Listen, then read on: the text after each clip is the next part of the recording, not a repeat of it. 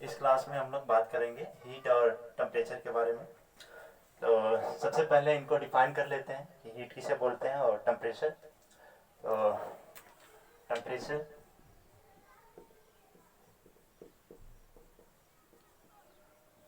तो day to day life में हम किसी भी ऑब्जेक्ट को अगर टच करते हैं तो ये बोलते हैं कि यह ऑब्जेक्ट इतना हॉट है या फिर कोल्ड है।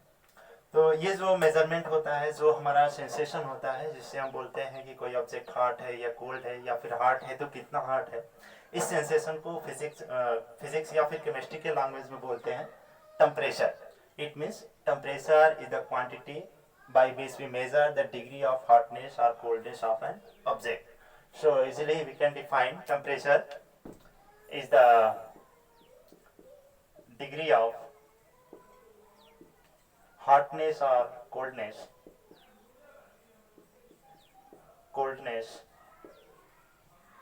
of a body. ओके और इसको डिनोट करेंगे कैपिटल टी से। इसके मेजरमेंट के लिए अलग अलग यूनिट्स पढ़ेंगे। कुछ यूनिट्स नोट कर लेते हैं। Degree Celsius, kelvin, Fahrenheit, etc. Next, heat. Heat means a type of energy. Heat means a type of energy which transfer from one body to another body due to temperature difference. इसका क्या मतलब? तो जैसे किसी object को हम touch करते हैं और ये बोलते हैं कि हमें ये ऑब्जेक्ट हॉट लग रहा है, गर्म लग रहा है। इसका क्या मीनिंग हुआ कि जब हम किसी ऑब्जेक्ट को टच करते हैं और हमें वो गर्म लगता है, तो इसका मीनिंग ये कि मेरे बॉडी का टेम्परेचर, मेरे हाथ का टेम्परेचर कम होगा और वो बॉडी का टेम्परेचर ज़्यादा होगा। और जैसे ही दोनों बॉडी के टेम्परेचर का डिफरेंस होगा, हीट फ्लो होने लगेगी। हीट का फ्लो होने का मेथड क्या है? तो हीट हमेशा हायर टेम्परेचर से लोअर टेम्परेचर फ्लो करती है। तो इसको पहले लिख लेते हैं। हीट ऑलवेज फ्लो फ्रॉम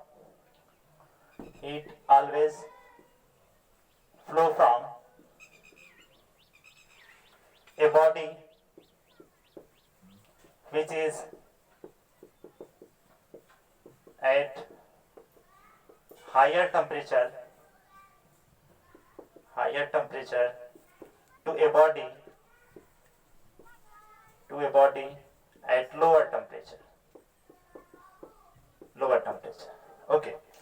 और अगर किसी ऑब्जेक्ट को हम टच करते हैं और हमें वो कोल्ड लगता है, इसका क्या मीनिंग कि हमारी बॉडी का टेम्परेचर ज़्यादा होगा और उस ऑब्जेक्ट का टेम्परेचर कम होगा और हीट हमारे बॉडी से ऑब्जेक्ट की तरफ ट्रांसफर हो रहा होगा, तब हम बोलते हैं कि वो कोल्ड है।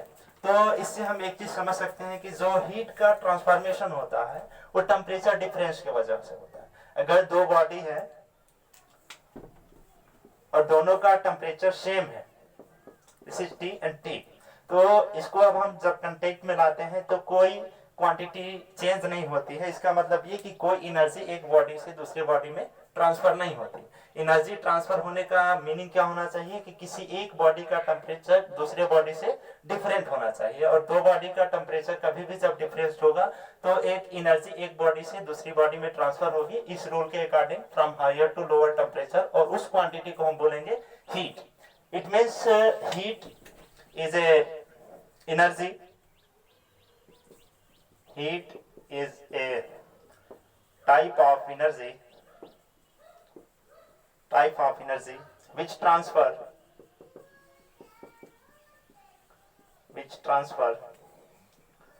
from one body to another body. और ये ट्रांसफर कब होगा? जब दोनों बॉडी के बीच में कुछ टेम्परेचर डिफरेंस होगा, इसलिए लिख देते हैं ड्यू टू टेम्परेचर डिफरेंस। और हीट अगर एनर्जी है तो इसकी यूनिट जूल होगी। यूनिट इज जूल और इसको कैपिटल जे से डिनोट करेंगे। ओके, अब टेम्परेचर में कुछ हमने यूनिट लिखा हुआ है, डिग्री सेल्सियस, फ़ारेनहीट, केल्विन। तो इनका मेजरमेंट कैसे किया जाएगा और ये यूनिट्स के बीच में जो आपस के रिलेशन होंगे वो क्या होंगे, उसको समझते हैं। तो सबसे पहले इसके मेजरमेंट के लिए सेल्सियस ने अपना स्केल बनाया और सेल्सियस की स्केल कुछ इस तरीके से है। जिस टेम्परेचर पे टेम्परेचर का मतलब डिग्री ऑफ हॉटनेस, वो डिग्री ऑफ हॉटनेस जिसपे वाटर फ्रीज हो जाता है, उसको उन्होंने बताया कि वो लोअर पॉइंट है, दिस इज लोअर पॉइंट, और इसको उन्होंने कहा 0 degree Celsius. This is the degree of hotness at which water freeze, this point is freezing of water. इसके बाद इसके ऊपर कुछ स्केल बनाया इन्होंने, और जिस टेम्परेचर पे, जिस डिग्री ऑफ हॉटनेस पे वाटर बॉयल होने लगता है या फिर उसके बाद वेपर बनने लगता है, तो उनको सेल्सियस ने बोला कि वो 100 डिग्री सेल्सियस है।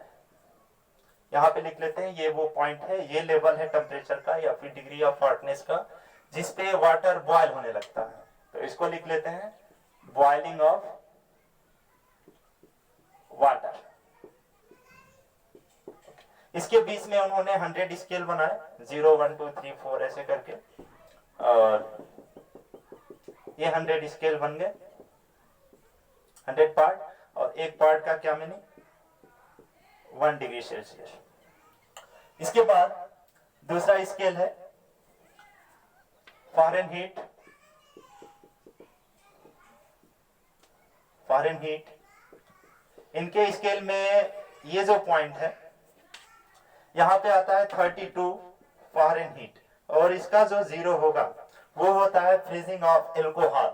जैसे इन्होंने फ्रीजिंग ऑफ वाटर को 0 बोला है, इन्होंने अपने स्केल में फ्रीजिंग ऑफ एल्कोहल को 0 बोला है। तो यहाँ पे होगा फ्रीजिंग ऑफ एल्कोहल 0 फ़ारेनहीट, और इसके बाद जैसे जैसे ऊपर आते हैं तो 0 डिग्री सेल्सियस के इक्विवेलेंट आने के बाद ये हो जाता है 32 फ़ारेनहीट। उसके बाद जो मैक्सिमम है बॉइलिंग ऑफ वाटर है, इनको बनाया 212, दिस इज 212 फ़ारेनहीट। तो अब आप इजीली समझ जाएंगे कि इनके बीच में कितने पार्टीशन होंगे, 212 माइनस 32 इज 180। तो यहां से यहां तक जो इनका स्केल है इसमें 180 डिवीजन बने हुए हैं, 180 डिवीजन, और एक डिवीजन का क्या मीनिंग, 1 फ़ारेनहीट। क्लियर। उसके बाद एक तीसरा है केल्विन। तो केल्विन टेम्परेचर को समझते हैं।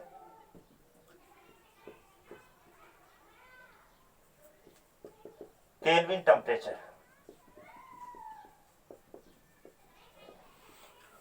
तो इसके लिए एक ग्राफ प्लॉट करते हैं, says pressure, pressure versus temperature, और यहाँ पे लिखते हैं 0 डिग्री सेल्सियस, और इधर पॉजिटिव होगा +1 2 3, और इधर -1 2 3 डिग्री सेल्सियस। उसके बाद एक कोई गैस कंसीडर करते हैं जिसका स्टेट ये है, इस पॉइंट को हमने लिख लिया Q। इसका मतलब ये कि इस स्टेट में इसका प्रेशर इतना लिखा हुआ है और इसका टेम्परेचर इतना लिखा हुआ है, ये प्लस में कुछ होगा और इधर प्रेशर में भी कुछ होगा।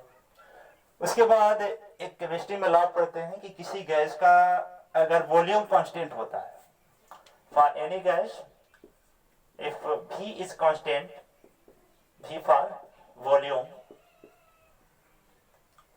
तो प्रेशर जो होता है वो डायरेक्टली प्रोपोर्शनल होता है टेम्परेचर का। इसका मतलब ये कि जब किसी गैस का वॉल्यूम कांस्टेंट होगा और उसका टेम्परेचर अगर हम इंक्रीज करेंगे तो प्रेशर भी इंक्रीज होगा, या फिर टेम्परेचर उसका कम करेंगे तो प्रेशर भी कम होगा। उसके बाद इसमें क्या करते हैं कि ये जो गैस है इसके वॉल्यूम को तो कांस्टेंट रखते हैं और टेम्परेचर को कम करते हैं। तो आप ग्राफ में समझ सकते हैं कि जैसे जैसे टेम्परेचर को हम कम करेंगे प्रेशर भी कम होगा। और 1 बाय 1 एक एक पॉइंट बना करके एक हमने ग्राफ ड्रा कर लिया, और वो ग्राफ प्रैक्टिकली एक्सपेरिमेंटली ऐसे आया कि यहाँ से जैसे जैसे हम टेम्परेचर कम कर रहे हैं प्रेशर भी कम हो रहा है, और किसी एक पर्टिकुलर पॉइंट पे ये जो गैस है इसका स्टेट चेंज हो जाता है। इसका मतलब उसके बाद वो दूसरे स्टेट में आ जाता है। उसके बाद फिर ये एज्यूम करते हैं कि ऐसे ही अगर टेम्परेचर को हम कम करते जाते तो कोई एक यहाँ पे ऐसा पॉइंट आता जहां पे इसका प्रेशर 0 हो जाता।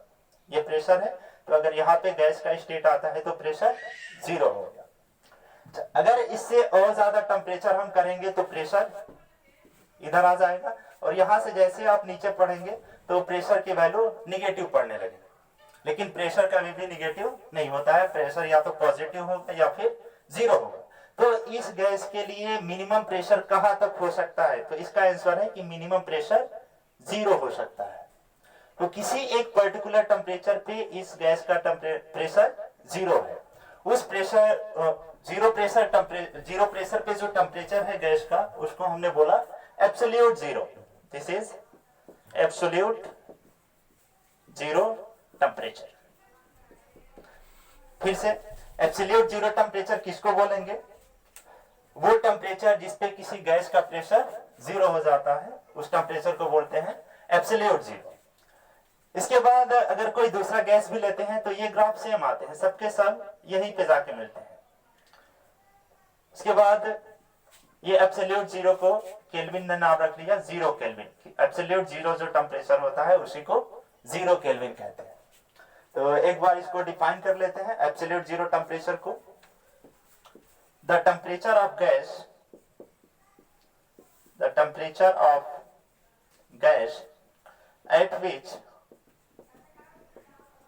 at which pressure of gas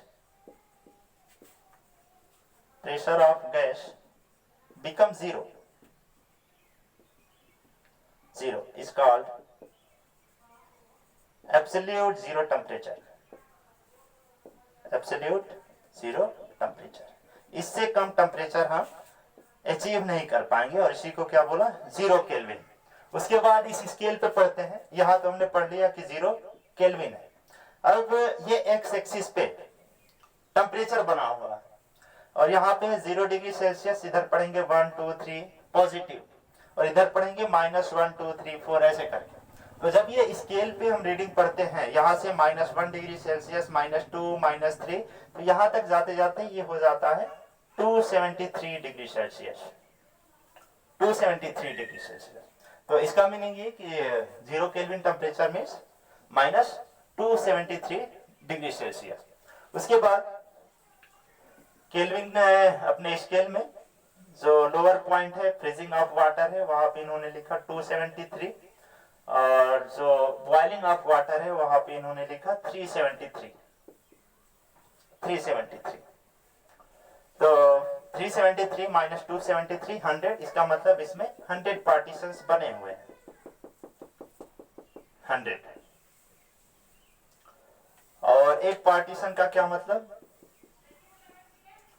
1 kelvin और ये है केल्विन टेम्परेचर।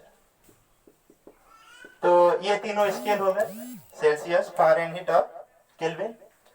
उसके बाद इसमें कुछ रिलेशंस पढ़ते हैं जो तीनों टेम्परेचर के यूनिट को कंबाइन करते हैं। तो यहाँ पे लिखा हुआ है 0 डिग्री सेल्सियस और यहाँ पे लिखा है 32 फ़ारेनहीट और यहाँ पे लिखा है 273 केल्विन। तो कोई एक टेम्परेचर अगर हम एज्यूम कर लेते हैं, ये टेम्परेचर, तो यहाँ से यहाँ तक पढ़ेंगे कि ये C है, सेल्सियस में है, यहाँ से यहाँ तक ये फ़ारेनहीट में है और यहाँ से यहाँ तक ये केल्विन में है। तो 1 by 1 लिखते हैं और सब में हमने लिख लिया है कि इसमें 100 पार्टीशंस है, इसमें 180 पार्टीशंस है और इसमें भी 100 पार्टीशंस है। तो इसको हम लोग ऐसे लिख सकते हैं C और यहाँ पे 0 है तो C - 0 और जितने पार्टीशंस बने हैं वो इज इक्वल टू फ़ारेनहीट। तो फ़ारेनहीट का 0 इधर कहीं आएगा और हमको ये टेम्परेचर लिखना है। तो इस टेम्परेचर के लिए हम क्या करेंगे? F - 32 कर लेंगे। 32 को इसमें से हम माइनस कर लेंगे तो वो ये टेम्परेचर आ जाएगा। तो इसको हमने लिख लिया F - 32 और कितने पार्टीशंस है? 180। इसको बना लिया 180। इसके बाद केल्विन पे आते हैं। तो केल्विन यहाँ पे 273 लिखा है, इसका 0 इधर कहीं होगा। तो इतने से टेम्परेचर को लिखने के लिए हमें लिखना पड़ेगा K - 273। ये टेम्परेचर आपको माइनस करना पड़ेगा। इसको लिख लिया K - 273 अपॉन कितने पार्टीशंस है? तो 100 पार्टीशंस है। तो ये एक रिलेशन बन गया सेल्सियस, फ़ारेनहीट और केल्विन। इसको सिंप्लीफाई करते हैं। तो सिंप्लीफाई करने में ये हो जाएगा C और 20 से इसको डिवाइड कर लीजिए। C upon 5 is equal to f minus 32 upon 9 is equal to k minus 273 upon 5. This is the relation between Celsius, Fahrenheit and Kelvin. अगर सेल्सियस और केल्विन में आपको रिलेशन लिखना होगा तो ये 5 कैंसिल हो जाएंगे, तो C is equal to K minus 273. Okay, इसके बाद एक इंपॉर्टेंट चीज ये होती है कि जब हम चेंज इन टेम्परेचर लिखते हैं तो चेंज इन टेम्परेचर के लिए एक चीज ध्यान देना होगा कि सेल्सियस स्केल और केल्विन स्केल दोनों में जो पार्टीशंस बने हैं वो 100 बने हैं. तो अगर हम ये बोलते हैं कि change in temperature 1 degree Celsius हुआ तो ये केल्विन में कितना होगा, तो क्लियरली दिख रहा है दोनों में पार्टीशन 100 है, तो चेंज इन टेम्परेचर केल्विन में भी 1 ही होगा. दूसरा क्वेश्चन ये कि 1 डिग्री सेल्सियस ज्यादा होता है या फिर 1 फारेनहीट टेम्परेचर ज्यादा होता है, दोनों में अगर बताना होगा तो इसका आंसर इजीली समझ लेते हैं. यहाँ पे ऑलरेडी हमने लिखा है 1 डिग्री सेल्सियस और यहाँ पे लिखा है 1 फारेनहीट. यहाँ से यहाँ तक जाने में 100 पार्टीशंस बने हुए, यहाँ से यहाँ तक जाने में 180 पार्टीशंस बने हुए. तो इसको समझने के लिए कि 1 डिग्री सेल्सियस ज्यादा होगा या फिर 1 फारेनहीट ज्यादा होगा, इसको आप स्टेयर समझ लीजिए, सीढ़ी समझ लीजिए. यहाँ से हम 100 टाइम्स ऐसे चढ़ेंगे तो यहाँ पे आएंगे, तो एक आप ध्यान रखिए कि कितना होगा 100. यहाँ से हम 180 टाइम्स चढ़ेंगे तब जाके यहाँ पे आएंगे. इसका मतलब इतने में ही इसमें 100 सीढ़ियां बनी हुई हैं और इतने में ही इसमें 180 बनी हुई है. तो एक बार आपको चढ़ने के लिए किसमें ज्यादा चढ़ना पड़ेगा, तो इसलिए कह सकते हैं कि 1 डिग्री सेल्सियस. इसलिए जो स्टेयर्स है इसमें जो ये पार्ट 1 के बने हुए हैं वो ज्यादा है, तो हम ये बोल सकते हैं कि 1 degree Celsius is greater than 1 फारेनहीट. 1 degree Celsius 1 फारेनहीट से ज्यादा होता है. 1 डिग्री सेल्सियस ज्यादा होता है या फिर 1 केल्विन ज्यादा होता है, इसका क्या आंसर होगा, तो दोनों में आप देख रहे हैं कि दोनों में 100 स्केल बने हुए हैं, तो इसमें आप एक बार सीढ़ी पे चढ़िए या फिर इसमें एक बार सीढ़ी पे चढ़िए, दोनों में 100 टाइम से चढ़ के जाने हैं, तो एक बार जो चढ़ेंगे वो दोनों सेम आएगा. तो ये लिख लेते हैं कि 1 degree Celsius is equal to 1 kelvin. Okay, thank you.